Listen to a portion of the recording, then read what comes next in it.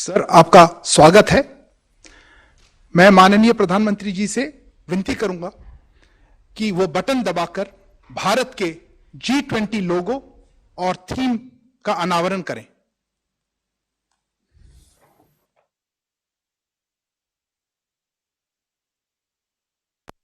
India, home to 1.3 billion people, is a confluence of religions, traditions and customs.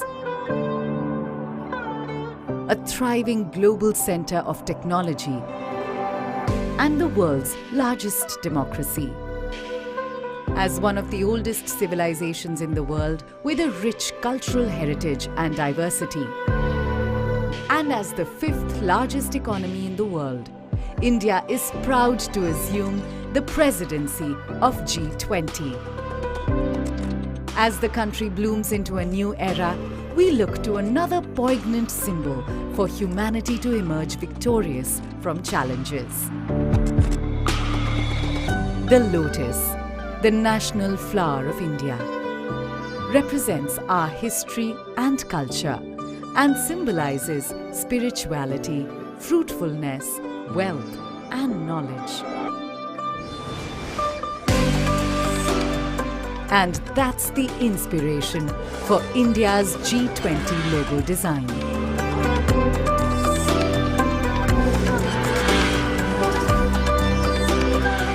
The design, rendered in saffron, white, green and blue, is drawn from the national flag of India.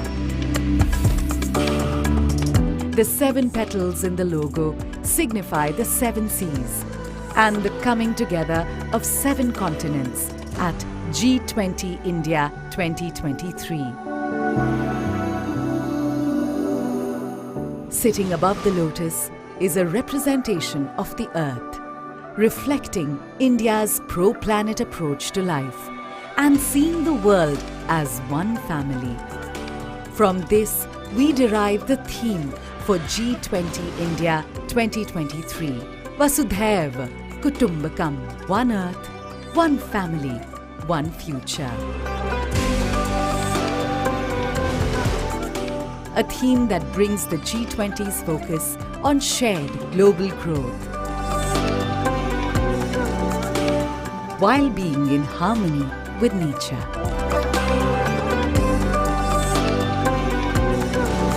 G20 India 2023. One earth, one family, one future.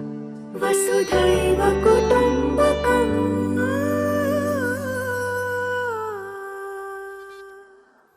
धन्यवाद sir. अब मैं माननीय प्रधानमंत्री जी से अनुरोध करूंगा कि वो बटन दबाकर हमारी G20 वेबसाइट का अनावरण करें।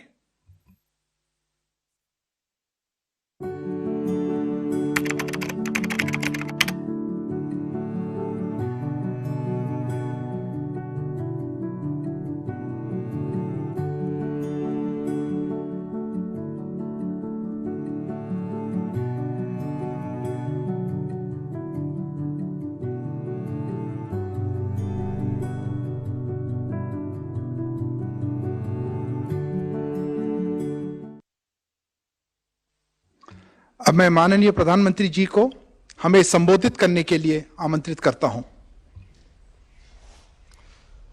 नमस्कार।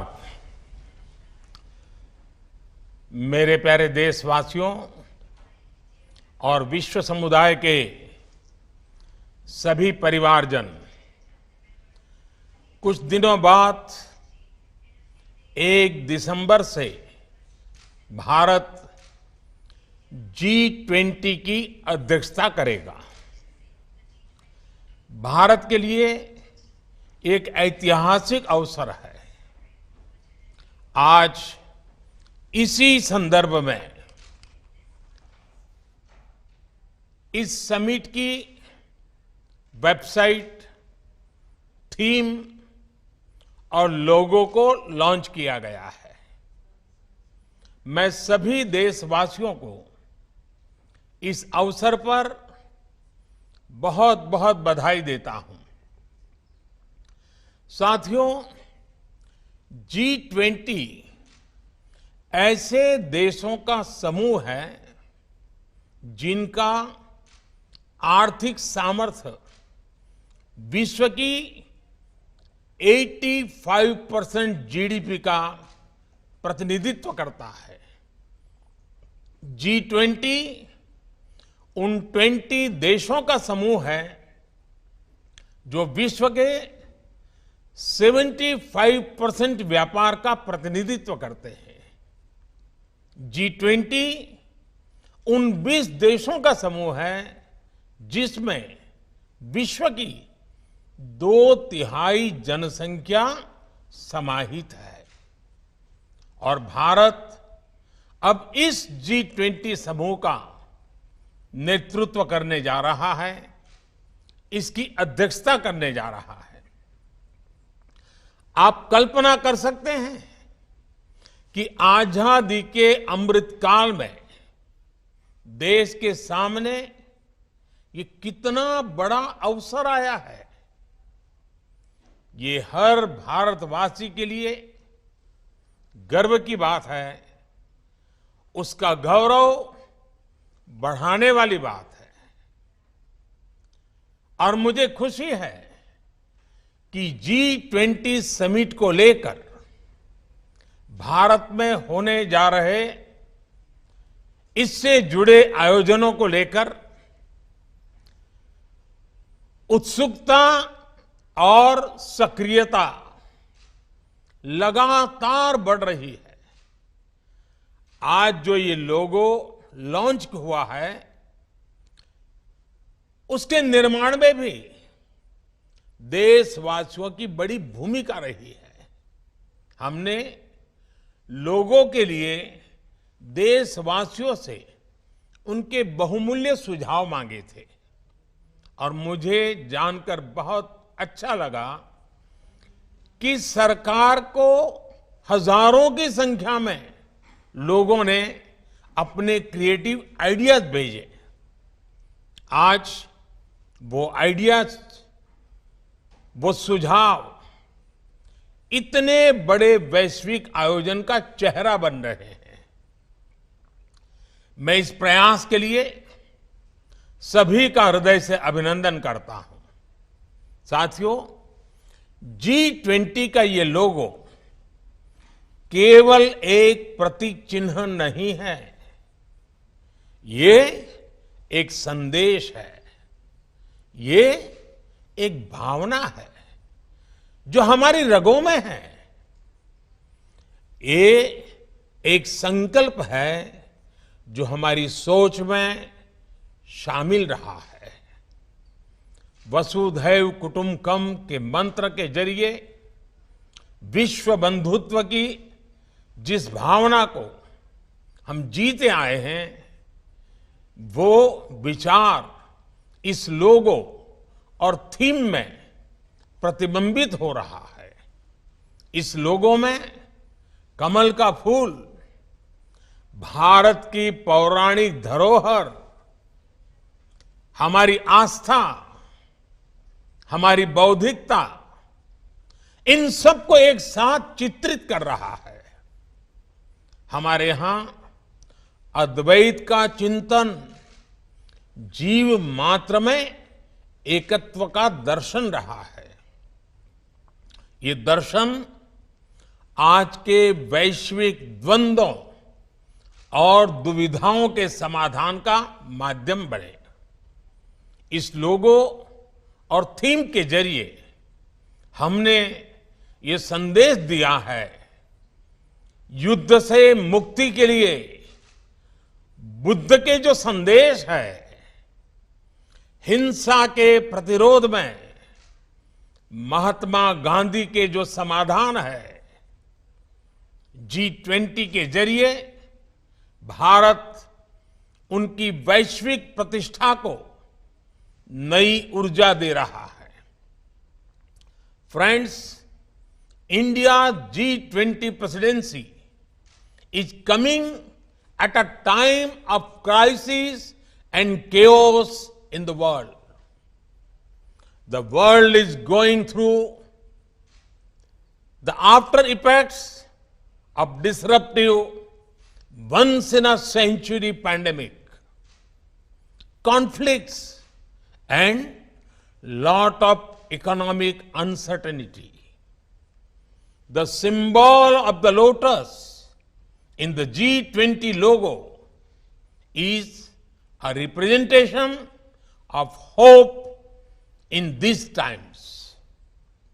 No matter how adverse the circumstances, the lotus still blooms.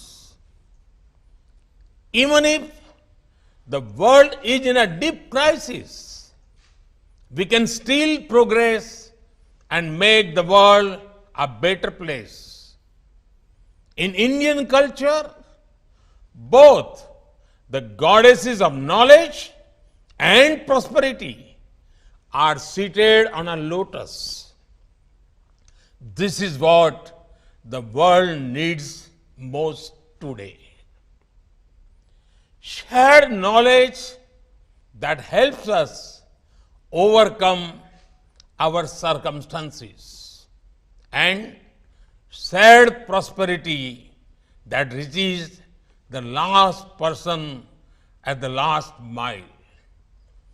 This is why in the G20 logo, the earth is placed on lotus too. The 7 petals of the lotus in the logo are also significant. They represent the 7 continents. 7 is also the number of notes in the universal language of music. In music, when the 7 notes come together, they create perfect harmony. But each note has its own uniqueness. Similarly, G20 aims to bring the world together in harmony while respecting diversity. साथियों, ये बात सही है कि दुनिया में जब भी G20 जैसे बड़े प्लेटफॉर्म का कोई सम्मेलन होता है तो उसके अपने डिप्लोमेटिक और जियोपॉलिटिकल मायने होते ही हैं। ये स्वाभाविक भी है, लेकिन भारत के लिए ये समिट केवल एक डिप्लोमेटिक मीटिंग नहीं है। भारत इसे अपने लिए एक नई जिम्मेदारी के रूप में देखता है। भारत इसे अपने प्रति दुनिया के विश्वास के रूप में देखता है। आज विश्व में भारत को जानने की, भारत को समझने की एक अभूतपूर्व जिज्ञासा है।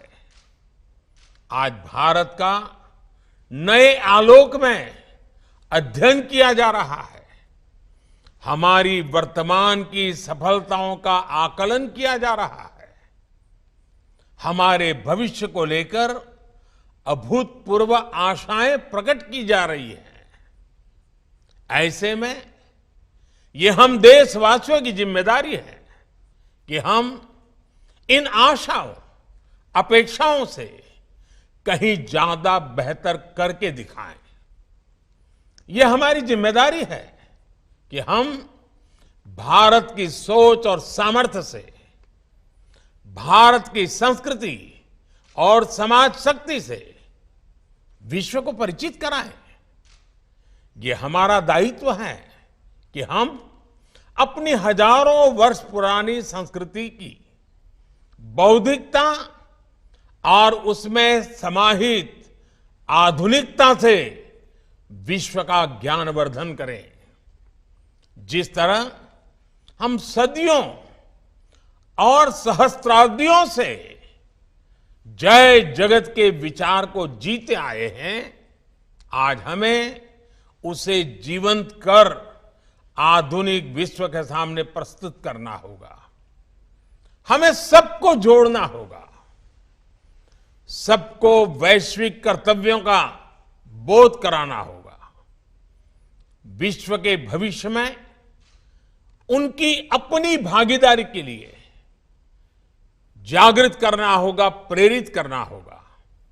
साथियों, आज जब भारत G20 की अध्यक्षता करने जा रहा है, तो ये आयोजन हमारे लिए 130 करोड़ भारतीयों की शक्ति और सामर्थ्य का प्रतिनिधित्व है। आज भारत इस मुकाम पर पहुंचा है, लेकिन इसके पीछे हमारी हजारों वर्षों की बहुत बड़ी यात्रा जुड़ी है, अनंत अनुभव जुड़े हैं। हमने हजारों वर्षों का उत्कर्ष और वैभव भी देखा है। हमने विश्व के सबसे अंधकारमय दौर भी देखे हैं। हमने सदियों की गुलामी और अंधकार को जीने के लिए मजबूर भरे दिन देखे हैं।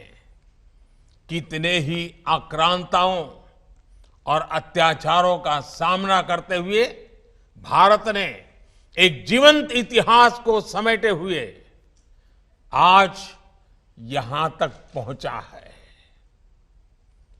वो अनुभव आज भारत की विकास यात्रा में उसकी सबसे बड़ी ताकत है।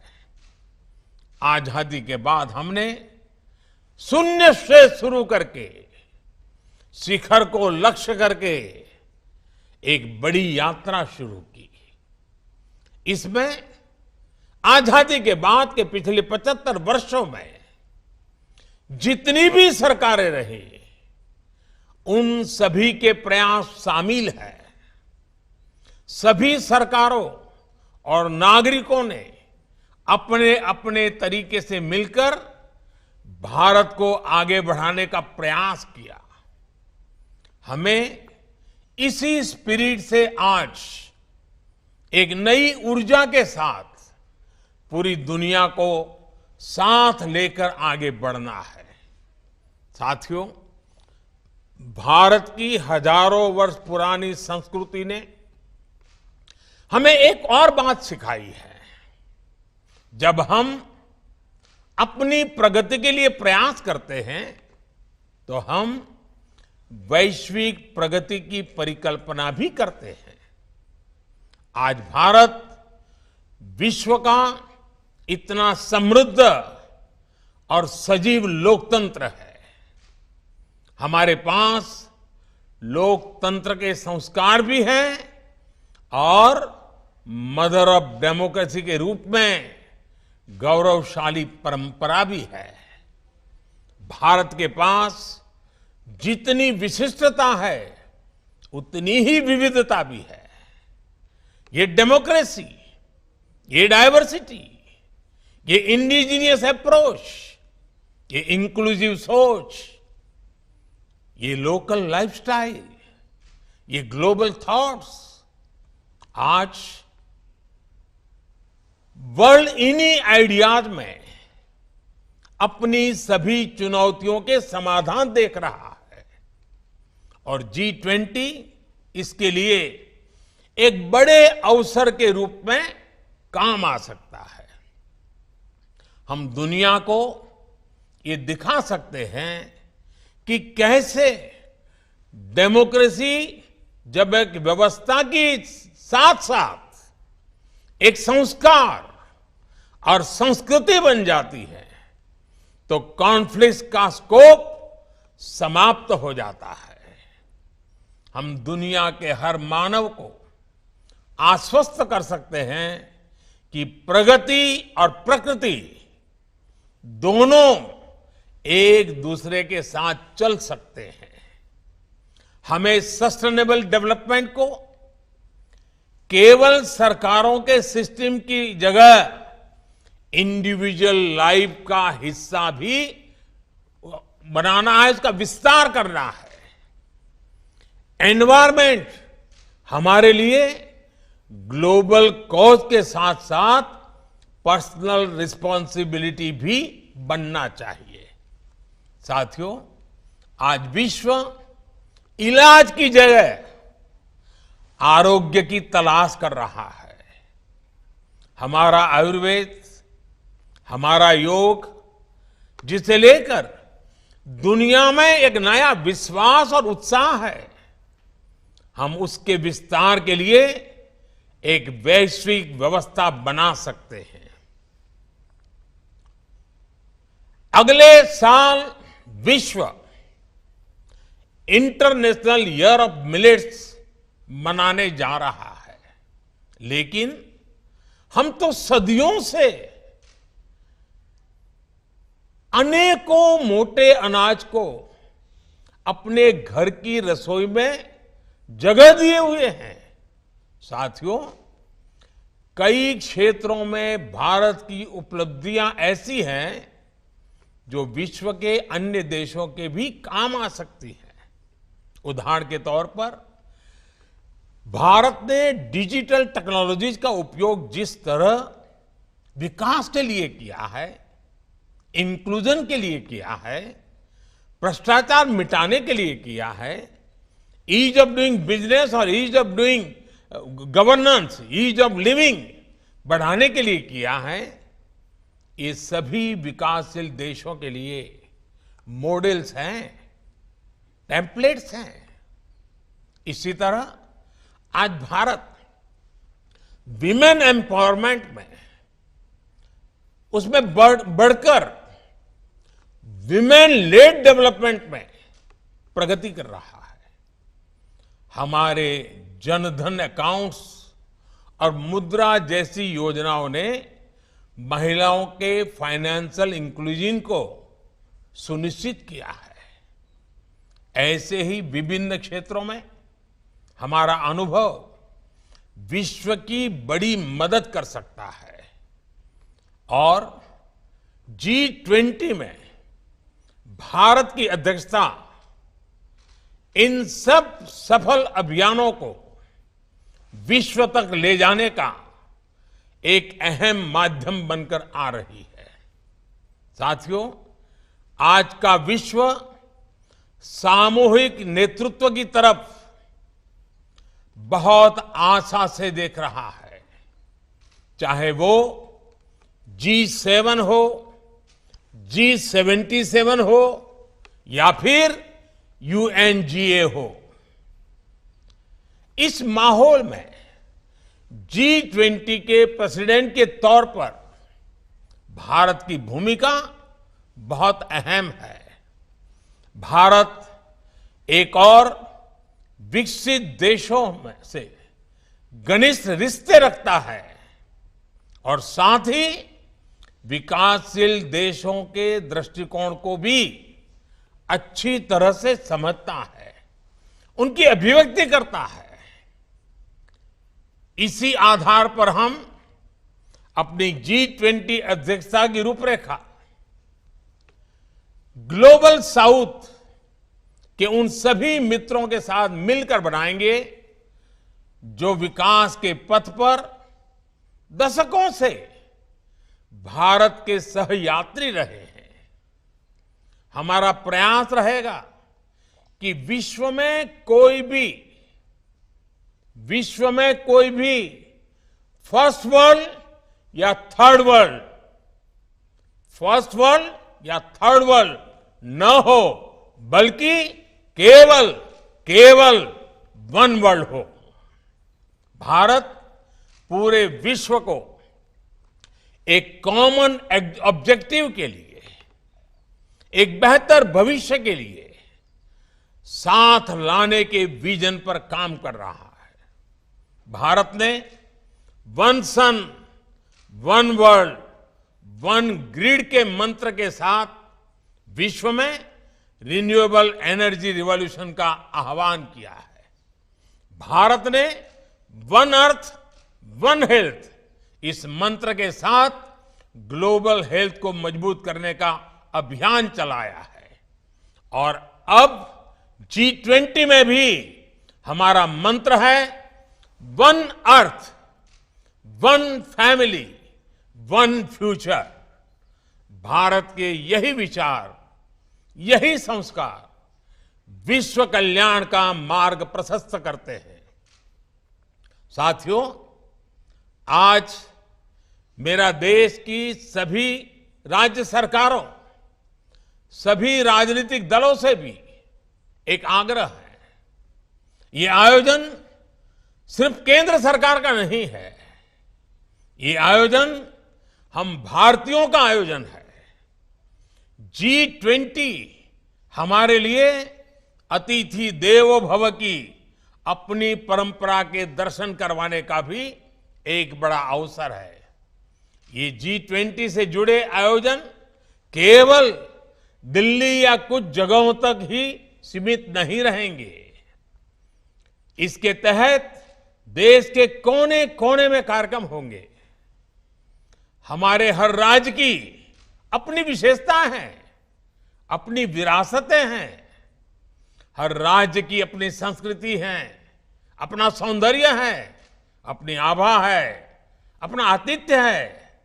राजस्थान का आतिथ्य आमंत्रण है, पधारो मारे देश। गुजरात का प्यार भरा अभिनंदन है, तमारू स्वागत छे। यही प्यार केरला में, मलयालम में दिखता है, एल्लावर्कुम स्वागतम। अतुल्य भारत का दिल मध्य प्रदेश कहता है, आपका स्वागत है। पश्चिम बंगाल में मीठी बांग्ला में आपका स्वागत होता है, अपना के स्वागत जानाई। तमिलनाडु में कदेगल मुड़ी बदुलिए, यू कहता है, थंगल वरव नलवर बाहुए। यूपी का आग्रह होता है, यूपी नहीं देखा तो भारत नहीं देखा। हिमाचल प्रदेश तो ये destination for all seasons and all regions, यानी हर मौसम हर वजह के लिए हमें बुलाता है। उत्तराखंड तो सिंपली हेवन ही है। ये आतिथ्य, ये विविधता विश्व को विस्मित करती है। G20 के जरिए हमें अपने इस प्यार को दुनिया तक पहुंचाना है। साथियों, अभी अगले हफ्ते में मुझे इंडोनेशिया जाना है।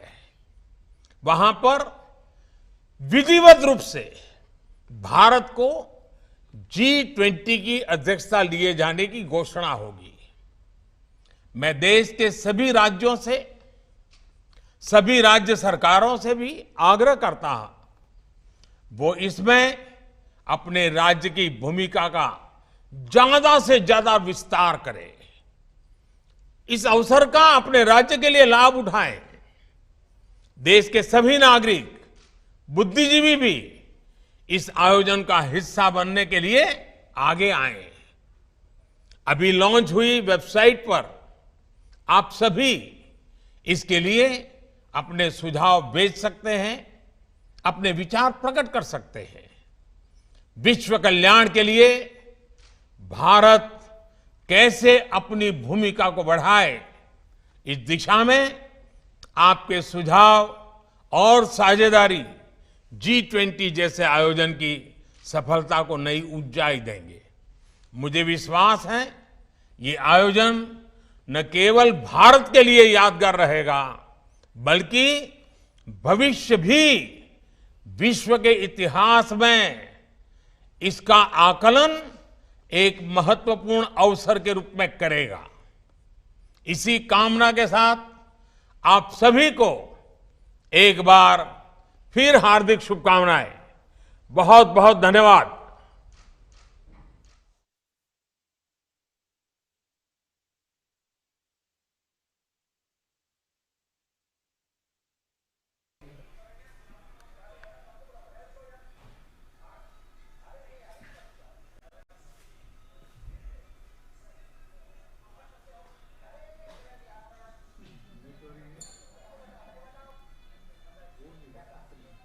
तो आप देख रहे थे वीडियो कॉन्फ्रेंसिंग के जरिए प्रधानमंत्री नरेंद्र मोदी ने भारत की अध्यक्षता में होने वाले G20 सम्मेलन के थीम, लोगो और वेबसाइट को लॉन्च